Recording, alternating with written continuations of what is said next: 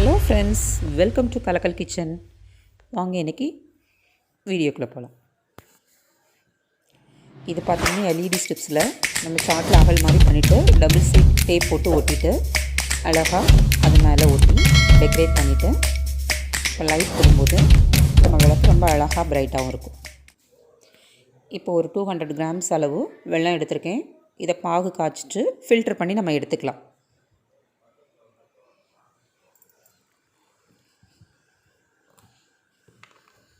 தண்ணி ஊற்றிட்டு அதில் தூசிலாம் இல்லாமல் ஃபில்டர் பண்ணி நம்ம எடுத்துக்க போகிறோம். வாழையில் இந்த மாதிரி சின்ன சின்னதாக கட் பண்ணிவிட்டு இதை வாஷ் பண்ணி இதில் தான் இன்றைக்கி நம்ம கொழுக்கட்டை பண்ண போகிறோம்.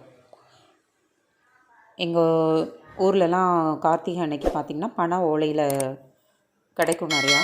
அதில் தான் நம்ம கொழுக்கட்டை பண்ணுவோம். இன்றைக்கி பார்த்திங்கன்னா பனை ஓலை கிடைக்காததுனால நம்ம பனானா லீஃப் வச்சு கொழுக்கட்டை எப்படி பண்ணான்னு பார்க்கலாம். இப்போ பாகு வந்து நான் இப்போ ஃபில்டர் பண்ணி நான் வடித்து எடுத்துக்க போகிறேன். அதில் இருக்க கல், மண், தூசி இதெல்லாம் நம்ம ஃபில்டர் பண்ணி எடுத்துட்டோன்னா ஃபுல்லாக க்ளீன் ஆகிடும். அதுக்காக தான் வாழையிலையை ஒரு சைடில் வாஷ் பண்ணி எடுத்துட்டேன். தண்ணி வடிச்சுக்கலாம். நமக்கு ஃப்ரெஷ்ஷாக வாழையிலையில் பண்ணும்போது நல்லா வாசமாகவும் டேஸ்ட்டாகவும் இருக்கும். பாகு இப்போ ஃபில்டர் பண்ணி எடுத்துட்டு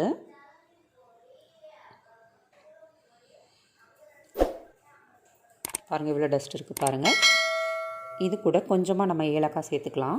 வாசத்துக்காக நம்ம ஏலக்காய் சேர்க்கும்போது கொழுக்கட்டை ரொம்ப வாசமாகவும் இருக்கும், டேஸ்ட்டாகவும் இருக்கும். ஃபில்டர் பண்ணி நம்ம எடுத்துருக்கக்கூடிய இந்த பாகு கூட ஏலக்காய் நம்ம சேர்த்துக்கலாம் வாசத்துக்காக. ஏலக்காய், கடலைப்பருப்பு, எள் இந்த மாதிரி கொழுக்கட்டை பண்ணும்போது எது பிடிக்குமோ அதை சேர்த்துக்கோங்க. இப்போ 200 கிராம் வந்து அரிசி மாவு சேர்த்துருக்கேன். எனக்கு இது போல் 2 கப் தேவைப்பட்டுச்சு. ரொம்ப சூடாக இருந்ததுனால நான் ஒரு ஸ்பூன் வச்சு நான் மிக்ஸ் பண்ணிக்கிட்டேன். இப்போ நல்லா சாஃப்டாக மிக்ஸ் பண்ணி நம்ம எடுத்துக்கிட்டோம். சப்பாத்தி மாவு பிசைகிறதோட கொஞ்சம் தலை சாஃப்டாக பிசைஞ்சு எடுத்த இந்த மாவை நல்லா பால் மாதிரி பண்ணதுக்கப்புறமா வாழை இலையில் சென்டரில் பால் மாதிரி பிடிச்சிட்டு வச்சு ஒரு அமுக்கு சென்டரில் வச்சு அமுக்கிட்டு அதை நல்லா ஃபோல்டு பண்ணி விட்டுடலாம். அடிப்பகுதியில் வச்சுட்டு மேல் பகுதியை நம்ம ஃபோல்ட் பண்ணி விட்டுட்டோம்னா அழகாக நம்மளுக்கு வெந்து வரும் கொழுக்கட்டை. ரொம்ப டேஸ்ட்டாகவும் இருக்கும். வாழையோட வாசம் ப்ளஸ் நமக்குடைய வெள்ளைப்பாகு, சர்க்கரை, இதோட ஏலக்காய், பச்சரிசி எல்லாமே சேர்ந்து சூப்பராக வரும். இதே போல் நம்ம இருக்கக்கூடிய எல்லா லீஃப்லையுமே குட்டி குட்டியாக நம்ம மடித்து ஃபோல்ட் பண்ணி நம்ம எடுத்துக்க போகிறோம். நம்மளுக்கு கொழுக்கட்டை இதே பனை ஓலை என்னென்னா சின்ன சின்ன பீசஸாக நம்ம கட் பண்ணி எடுத்து அதுக்கு நாட் போட்டு கொடுப்போம். பனானா லீஃப் வந்து லைட்டாக அந்த மாதிரி ஒரு ப்ரெஸ் பண்ணிட்டிங்கன்னா அப்படியே அழகாக ஃபோல்ட் ஆகி நிற்கும். இதே போல் எல்லாத்தையுமே நம்ம பண்ணி எடுத்துக்கலாம். செஞ்சு எடுத்துக்கலாம். சென்டரில் வச்சு இந்த மாதிரி ப்ரெஸ் பண்ணிக்கலாம். இதுக்கு நீங்கள் ஊசி இந்த மாதிரி ஸ்டிக்ஸு இல்லைன்னா குச்சி எதுவும் கூட நீங்கள் ஃபோல்ட் பண்ணணுன்றது அவசியம் இல்லை. ஒரு அமுக்கு அமுக்கி விட்டிங்கனாலே இது அழகாக ஃபோல்டாகி நிற்கும். இதே போல் நான் எல்லாத்தையுமே நல்லா கொழுக்கட்டை பிடிச்சி எடுத்துக்கிட்டேன். வாழை இலை லீஃபில் வந்து அழகாக நம்ம மாவு வச்சு ப்ரெஸ் பண்ணி எடுத்ததை இட்லி தட்டில் வேக வச்சு நம்ம எடுக்க போகிறோம். அடுக்கி வச்சுக்கலாம் ஒன்று ஒன்றா.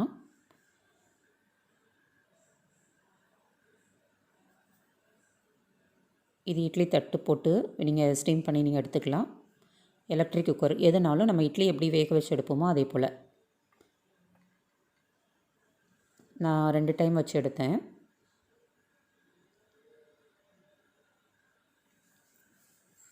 மாவு ரொம்ப கல் மாதிரி இல்லாமல் சாஃப்டாக பிசைஞ்சு எடுத்துக்கோங்க எப்போவுமே.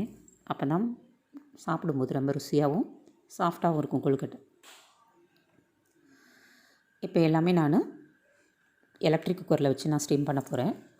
லாஸ்ட்டாக மேலே ஒரு வாழையிலையை மேலே ஃபோல்ட் பண்ணிவிட்டு க்ளோஸ் பண்ணிட போகிறேன்.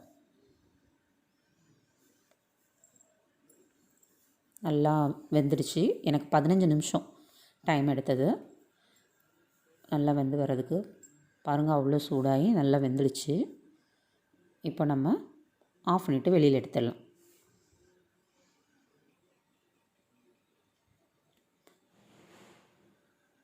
வெளியில் சூடு ஆறுனதுக்கப்புறம் பொறுமையாக எடுங்க. இப்போ எல்லா கொழுக்கட்டையும் வெளியில் எடுத்துகிட்டு பாருங்கள், நான் ஓப்பன் பண்ணி காட்டுறேன். வாழை இலையோட தடம் அப்படியே அழகாக பதிஞ்சிருக்கு.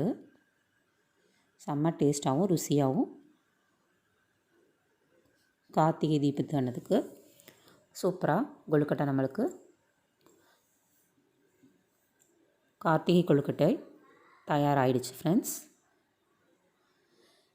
இந்த மாதிரி யாரெல்லாம் பனானா லீஃபில் ட்ரை பண்ணிங்கன்னு எனக்கு கீழே கமெண்ட் சொல்லுங்கள். இப்போ நான் இதை ஓப்பன் பண்ணி காட்டிட்டு நான் இது எவ்வளோ சாஃப்டாக இருக்குது பாருங்கள். நான் பிச்சு காட்டுறேன். அந்த சூடு பனானா லீஃபுக்கும் வாசத்துக்கும் சாப்பிடும்போது ரொம்ப டேஸ்ட்டாகவும் ருசியாகவும் சாஃப்டாகவும் இருந்துச்சு ஃப்ரெண்ட்ஸ். இந்த ரெசிபி உங்களுக்கு பிடிச்சிருக்குன்னு நினைக்கிறேன். இந்த ரெசிபி பிடிச்சிருந்ததுன்னா கலக்கல் கிச்சனை சப்ஸ்கிரைப் பண்ணிக்கோங்க. ஃபஸ்ட்டு நம்ம சேனலில் பார்க்குறீங்கன்னா பக்கத்தில் இருக்க பெல் ஐக்கானை கிளிக் பண்ணிக்கோங்க. அப்போ தான் நாங்கள் போடுற வீடியோஸ் எல்லாம் உங்களுக்கு நோட்டிஃபிகேஷன் வரும். தேங்க்யூ ஃபார் வாட்சிங்.